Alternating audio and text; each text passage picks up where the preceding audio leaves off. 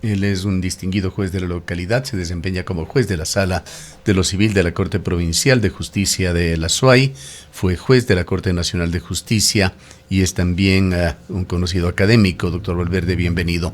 Quisiéramos conversar con usted, reflexionar nuevamente sobre el papel de la justicia en Ecuador, su papel en lo que tiene que ver con la seguridad del país, un país en el cual se habla mucho de falta de seguridad jurídica. Y en esta semana trágica, nuevamente, Ecuador vuelve a romper récords en muertes violentas, hablando de la seguridad en general. Bienvenido. Buenos días, Gustavo. Gracias por la invitación. Buenos días a todos quienes nos escuchan y nos ven. Es un gusto para mí poder compartir en este importante medio de comunicación. Tenemos que hablar de los derechos, hablamos de los derechos humanos y hoy precisamente en el Día Internacional de la Mujer tenemos que honrar la memoria de todas aquellas mujeres que han emprendido una lucha en este mundo por tratar de alcanzar la igualdad de oportunidades, el reconocimiento, el respeto a la dignidad de ellas. Y esta es una lucha permanente porque los derechos humanos nunca acaban. Eh, Hay una violentación, como usted bien lo dice, permanente de derechos humanos de todas las personas y particularmente hoy, el 8 de marzo, tenemos que, como dije, honrar la memoria de las mujeres y comprometernos todos en una reivindicación permanente de los derechos y hacer que la mujer ejerza a plenitud los derechos y su vida esté libre de violencia. Ese creo que debe ser un compromiso permanente de todos los ecuatorianos, de todos los ciudadanos de este mundo que creemos en los derechos y respetamos la dignidad de las personas. La justicia está precisamente para dar la razón a cada uno en los casos particulares que nos toca juzgar. Y como usted bien dice, obviamente el Ecuador enfrenta desde hace algunos años unas situaciones de violencia que nunca antes la hemos visto. Y eso también va a repercutir en las situaciones, por ejemplo, de que usted ahora tiene vacantes en el área penal y ya no va a tener el ánimo y el interés de la gente que antes sí lo había, porque precisamente se ve abocado a enfrentar otro tipo de escenarios donde que usted puede verse incluso vulnerado en su integridad y la de su familia. Entonces, en la justicia retoma su lucha permanente por, como dije, por dar a cada uno lo que le corresponde y obviamente en el campo penal garantizar los derechos de las personas que están sindicadas en los procesos, pero también de las víctimas.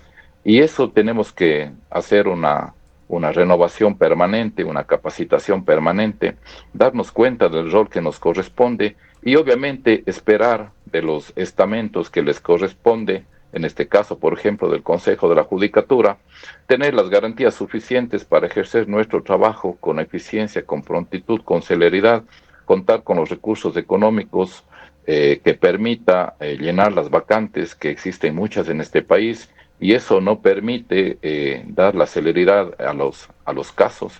Y hay una acumulación de procesos precisamente en el área penal también. ¿Por qué? Porque si obviamente la lucha contra la criminalidad lleva una detención permanente de gente, y eso también es una acumulación de procesos y las audiencias extensas, porque estamos enfrentando otro tipo de criminalidad mucho más compleja de lo que antes ocurría, y eso obliga a que las circunstancias en las que el administrador de justicia desenvuelve su actividad, la Fiscalía, la Defensoría Pública, tenga que verse abocado a enfrentar nuevas situaciones en tutela de los derechos de todas las personas que están involucradas en esos Doctor procesos. Valverde, una de las graves situaciones que se da en el país es que la violencia se ha vuelto tan frecuente y ha llegado a tales niveles que ya muy poco conmueven.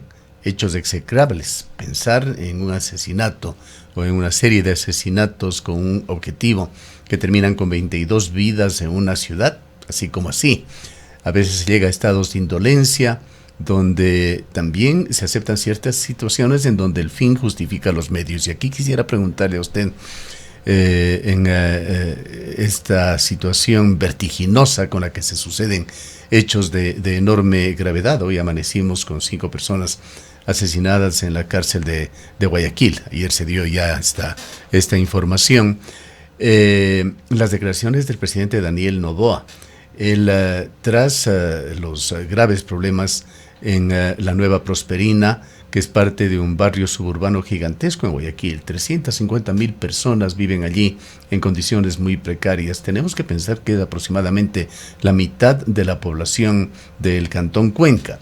Daniel Noboa dijo que otorgará indulto presidencial a todos los militares y policías que se desplieguen en Nueva Prosperina tras la masacre. Para ser muy objetivo y pragmático, voy a dar lectura exactamente a lo que dijo el presidente. Todos los policías y militares que hayan actuado y que vayan a desplegarse en Nueva Prosperina cuentan desde ya con indulto presidencial.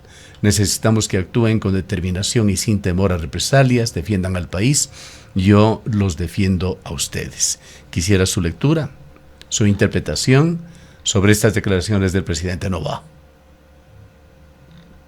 A mí como persona, como padre, como abogado, como juez, me cuesta mucho, pero hay que reconocer, como bien usted dice, que los ecuatorianos ya perdimos la capacidad de asombro frente a la violentación de los derechos. Yo recuerdo esas escenas crueles que hacen de la dignidad humana una violentación, cuando en los centros de privación de la libertad se pateaban cabezas de personas. Frente a hechos que jamás habíamos visto en nuestro país.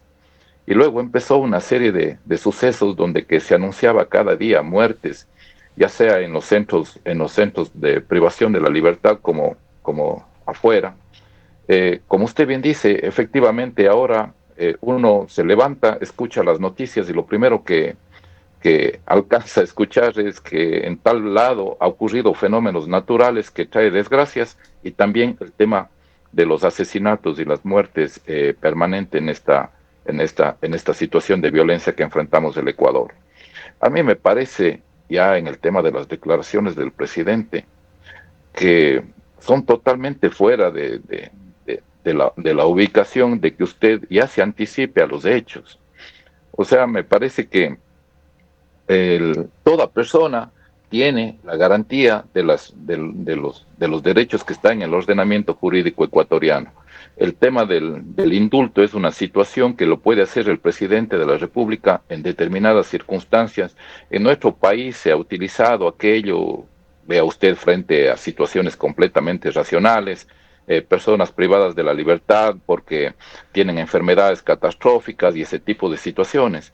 Pero en esta lucha, que obviamente yo no tengo el conocimiento de poder saber en qué condiciones se desenvuelve esta lucha, frente, por ejemplo, a lo que tiene la policía, las Fuerzas Armadas, frente a lo que tienen los grupos terroristas, no tenemos ese conocimiento pleno, pero indudablemente lo que nosotros como ecuatorianos debemos de estar seguros es que la policía y las Fuerzas Armadas van a actuar dentro del marco del ordenamiento jurídico y no deberían tener esta necesidad de anticipaciones, que es como, a mí me parece que es como una carta blanca de decir, vayan, hagan lo que ustedes quieran y no les va a pasar nada.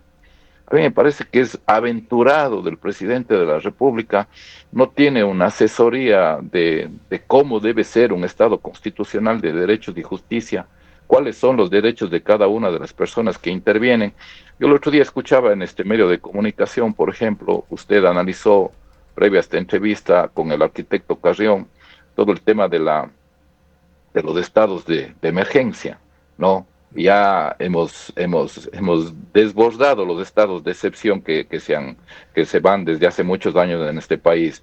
Y un policía decía, eso por ejemplo nos permite una intervención pronta en determinados domicilios para ejecutar acciones. Me parece a mí que esa apreciación del policía es completamente racional, ¿no? Efectivamente le puede permitir una intervención rápida, porque también nosotros tenemos que estar claros que la delincuencia no es que le anuncia todo y es una actitud lenta, ellos también actúan rápidamente, y por eso precisamente vea usted la cantidad de muertes en pocos minutos. Además, actúan sin ningún tipo de miramiento, sin ningún tipo de respeto a los derechos, y entendemos que esa lucha de las Fuerzas Armadas y la policía tiene que ser frente a determinadas circunstancias en las que usted tiene que tener esa capacidad de respuesta pronta, oportuna y enfrentando esa situación. Pero a mí no me parece un buen mensaje ya anticipar de esa forma y decir, a mí me parece que es como una lectura que podemos hacer todos, vayan, hagan lo que quieran y no va a pasar nada. Entonces yo creo que todos nos tenemos que mover en el marco del respeto de los derechos, y obviamente la policía, las Fuerzas Armadas saben cómo tienen que actuar eh, frente a situaciones, y lo que decía, por ejemplo, el arquitecto Carrión, que creo que es algo que todo el mundo reclama, los expertos en seguridad, es que en este país hace falta inteligencia para precisamente anticiparse a los hechos y poder saber precisamente dentro de qué marcos se están moviendo las personas de la criminalidad, y ahí sí el Estado anticiparse y precisamente no tener que vernos abocados a todo el día a escuchar muertes. Usted bien dice, por ejemplo, lo que ya un poco dejamos de escuchar, la muerte en los centros penitenciarios, ya viene a ser como un efecto carambola de las muertes que se produjeron el día jueves en la ciudad de Guayaquil. Entonces, la venganza permanente de los grupos por el control, como bien usted dice, que viene a ser una población importante comparándole con la ciudad de Cuenca, y todo lo que escuchamos el día jueves respecto a lo que significa el cobro por la vivienda y por todas las actividades que se desenvuelven en ese espacio territorial, nos hace dar cuenta de qué enfrenta esa gente. Imagínese usted tener que movilizarse por calles donde que no sabe que le puede salir un disparo por ahí y extorsionar a todo el tiempo. Lastimosamente, o sea, qué pena que tengamos que reconocer esto, pero vea en qué partes del país se da esa situación. Ahora, el grave problema, doctor Valverde, es que aparentemente la escala de valores está cambiando en Ecuador, cambió hace mucho tiempo, en el mundo se están trastocando también principios y valores, y veamos los ejemplos que se dan desde democracias que han sido consideradas como paradigmas, la democracia norteamericana. ¿Qué pasó con Joe Biden, el presidente norteamericano que dejó hace poco el poder? Él en los últimos días dio indulto a su hijo Hunter Biden, acusado de graves conflictos de intereses con entidades de Ucrania. Recordemos que también Joe Biden entregó a Venezuela a un criminal que fue largamente buscado, perseguido, finalmente extraditado a Estados Unidos, el señor Alex Saab. Él funge ahora como uno de los ministros y hombres importantes en el gobierno de Maduro en Venezuela. Y qué decir de Donald Trump, que inició su mandato con amnistías, indultos a los asaltantes, nada menos que al Congreso y al Senado de Norteamérica, una serie además de medidas que están realmente poniendo en jaque al mundo. Nosotros vemos y somos testigos de situaciones desde las presidencias de los diferentes países que a mí me parece que no es un ejercicio democrático del poder, un análisis de los pesos y los contrapesos, sino más bien es una situación muy que va con la línea del autoritarismo, donde se dice, aquí se hace lo que yo digo y punto final. Es decir, ya no hay ese ejercicio democrático del poder donde que usted sabe que empieza con un juramento y dice que va a respetar la Constitución y todo el ordenamiento jurídico. Entonces, a mí me parece que, por ejemplo, una situación de un indulto, usted lo tiene que analizar en el caso concreto. ¿Cuándo se aplica una norma? Cuando usted tiene un caso concreto y ahí ve si es que los hechos que ocurrieron se subsumen o no en lo que usted está facultado para ejercer una competencia, una atribución que le da el ordenamiento jurídico. Entonces usted no puede, no, es como que un juez salga y diga, voy a declarar con lugar todas las acciones de protección que se presenten referente a un tema. Si usted ni siquiera sabe los hechos, cómo ocurrieron y cómo van a estar esos en el proceso, materializados a través de los medios probatorios que actúen las partes. Entonces, yo creo que como usted dice, o sea, enfrentamos otro mundo y creo que en eso nos tenemos que sincerar. Los valores de las personas ya no son los mismos. Yo veo, por ejemplo, con mucha pena que en el ejercicio de las profesiones lo que prevalece es el tema económico. Los profesionales jóvenes lo único que quieren es asegurar tener una economía solvente en poco tiempo. Yo siempre les cuento a mis alumnos que yo me honro en haber sido alumno del doctor Teodoro Ordóñez, que era el mejor penalista de la época, y el doctor Teodoro Ordóñez se fue a la tumba con la misma situación económica que tuvo. Nunca tuvo una economía tan desmesuradamente mejorada como ocurre, por ejemplo, ahora con algunos profesionales. ¿Qué le importaba al doctor Teodoro Ordóñez? Que se haga justicia, que las personas tengan la tutela de los derechos. A él no le interesaba cuánto le iban a pagar en el caso. Él se formó como abogado para hacer que los derechos de las personas prevalezcan. Entonces, esos valores, esos son precisamente, creo yo, los que han cambiado notablemente en la sociedad, y obviamente ya enfrentamos otro tipo de escenarios donde que usted le tiene al frente a una persona que lo que quiere es conseguir el objetivo, y para eso eh, la situación que tenga que hacer importa poco. Lo importante es conseguir el objetivo a costa de qué, de lo que sea. Entonces, a mí me parece que eso, lo que hace un presidente de la República, se replica en todo el país, porque nosotros deberíamos tener el ejemplo de que el primer funcionario público ejerce un respeto a la Constitución y la ley, de tal forma que usted asegura que todo lo que se va cumpliendo en el ordenamiento jurídico, así va a ser. Vea, por ejemplo, en el tema de la institucionalidad, eh, Consejo de la Judicatura prorrogado. ¿Hasta cuándo? ¿Hasta cuándo vamos a tener que esperar que ellos estén prorrogados en su función? La Corte Constitucional ha funcionado bastante bien en este país. Creo que ese es un ejemplo. Y creo que eso deberíamos tratar de replicar, de cómo lo que se tiene que cumplir se cumple en el tiempo debido. Y eso, no, lastimosamente, no ocurre en las otras instituciones. Entonces estamos acostumbrados, estamos esperando a ver políticamente qué nos interesa, quién gana, quién va a mandar la terna. Esperamos hasta luego de abril para ver si es que yo voy a ser el presidente o va a ser otro el presidente, mando la terna, no mando la terna. Entonces, hay un respeto a ese valor de la institucionalidad, de que se cumplan los ordenamientos jurídicos. No, no, se tiene que acomodar eso a mis circunstancias y a lo que yo quiero, para que en definitiva se termine haciendo lo que yo deseo políticamente antes que jurídicamente. En todo caso, un indulto a priori, otro grave error. Otro problema también al que se suma los continuos errores en comunicación que comete el gobierno. La intención está bien de apoyar a la policía, al ejército en sus funciones, pero existen otras formas de hacerlo, no con anuncios como el señalado. ¿Qué hacer con respecto a la situación del país, doctor Valverde? Fernando Carrión hacía un llamado también en esta última reflexión. Hablaba de que el problema de la violencia es un problema de todos los ecuatorianos, un problema de la sociedad, no es de los delincuentes y del gobierno, es de todos. Señalaba que como uno de los caminos que se tienen que transitar en la vía de soluciones es un trabajo conjunto con un fortalecimiento de los GATS que por allí tiene que empezar, y un trabajo coordinado, operativizado, articulado debidamente con el gobierno central. ¿Cuáles son sus ideas al respecto? Porque Ecuador, de seguir así, realmente se va a ir a un verdadero abismo.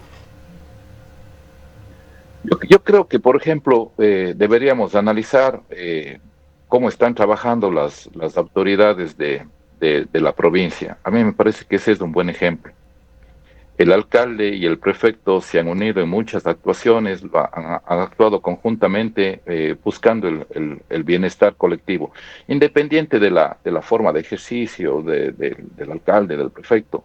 Ellos han encontrado puntos, situaciones puntuales para unirse, para aunar esfuerzos, para hacer una colaboración efectiva, de tal forma de decir, a ver, aquí hay un problema y nosotros queremos contribuir para la solución.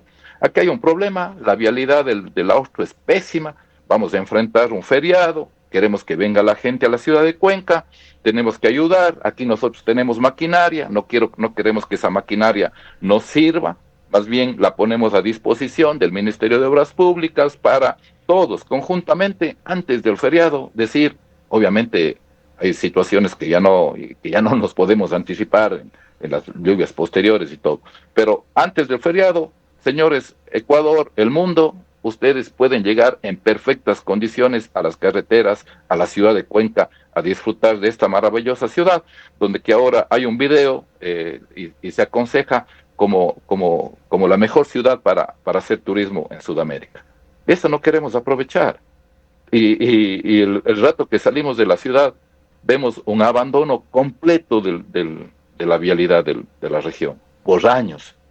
El prefecto el otro día decía, ¿cuánto se ha invertido? Entonces nosotros nos quedamos complacientes como ciudadanos.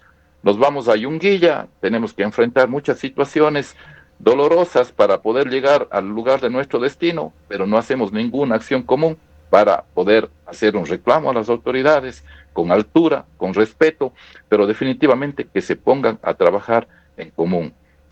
Yo creo que nosotros desde niños decimos, la unión hace la fuerza, pero el rato que nosotros llegamos a un espacio de poder, no, yo tengo que demostrar que yo soy más poderoso y que por lo tanto aquí se hace lo que yo quiero que se haga.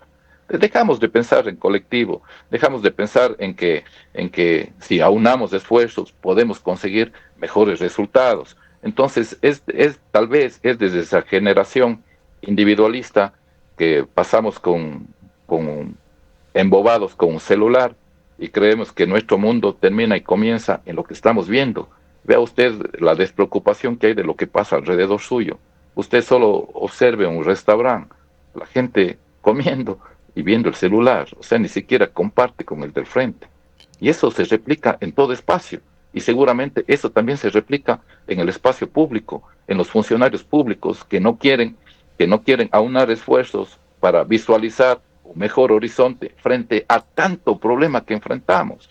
En el tema de la seguridad, cómo nos unimos como barrio, cómo nos unimos como comunidad, cómo colaboramos con la policía, el tema de las alarmas, cómo generamos espacios públicos de paz, de tranquilidad, para que todas las mujeres sientan que en cualquier espacio y a cualquier hora ellas pueden estar con tranquilidad, porque somos una sociedad solidaria, atenta, que estamos visualizando qué está pasando a nuestro alrededor, estamos atentos a lo que ocurre afuera de nosotros y estamos atentos a colaborar en eso, en cualquier situación, pero no, usted con su vehículo quiere pasar el semáforo en rojo, quiere llegar usted más pronto, o sea, una serie de situaciones que lastimosamente no hacemos una reflexión permanente, y a pesar de que yo digo, esta es la paradoja del siglo XXI, la gente pasamos en el celular, vemos unos mensajes espectaculares, esplendorosos, decimos,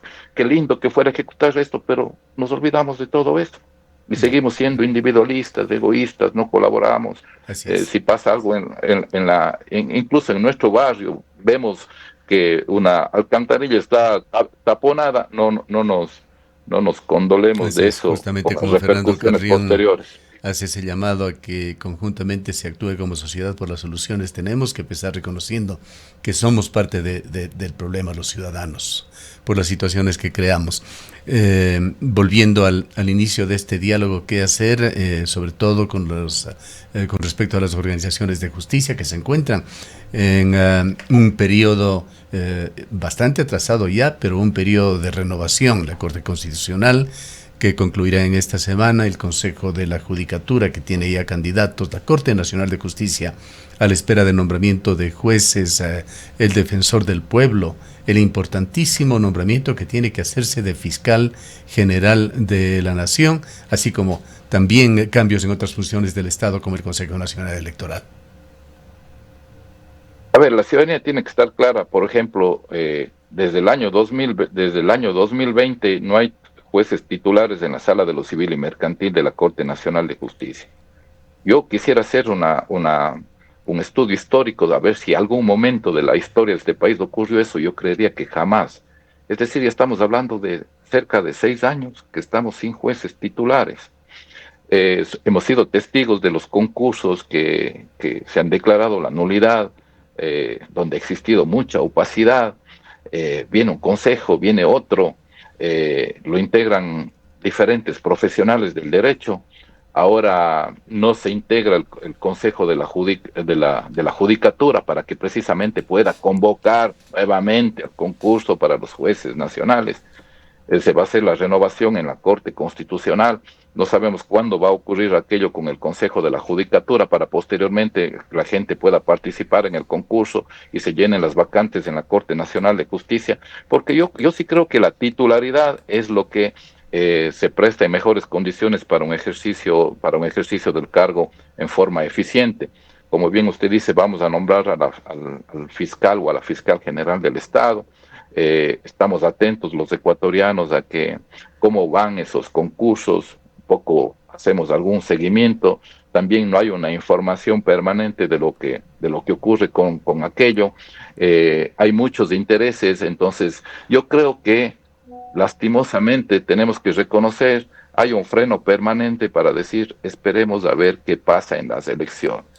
A mí me da la impresión que toda la institucionalidad de este país está en un stand-by porque dice, veamos qué pasa con las elecciones y ahí empezamos a tomar decisiones respecto a cómo mismo se van a integrar esos poderes del Estado. Entonces, como digo, hay un irrespeto a las normas. Yo saludo, vuelvo a repetir, porque eso hay que también, si estamos haciendo un análisis, también vemos que sí puede funcionar bien la renovación de la Corte Constitucional y dentro de los tiempos. ¿Por qué no ocurre eso en todos los espacios donde que hay que hacer renovación? ¿Por qué? ¿Cuáles son los intereses que están de por medio? ¿Por qué yo sí actué de esta forma en esta situación y no quiero actuar en las otras situaciones? ¿Qué es lo que yo puedo manejar frente a la designación del Consejo de la Judicatura? ¿Por qué todavía estamos, los ecuatorianos dijimos que queremos jueces constitucionales especializados? Ya va a cumplirse el tiempo y nada que ver todavía de que ya podamos contar con los jueces constitucionales especializados. Entonces la gente dice, a mí me consultan, no, queremos minería, no quiero minería, la mayoría, quiero juez constitucional, sí, quiero juez constitucional. ¿Y cuándo se materializa eso? Y después usted le dice, oiga, vamos a hacer una consulta, el ciudadano con razón dirá, ¿para qué me va a consultar? Han sido desbaratadas. ¿Para qué me va a consultar si no se hace?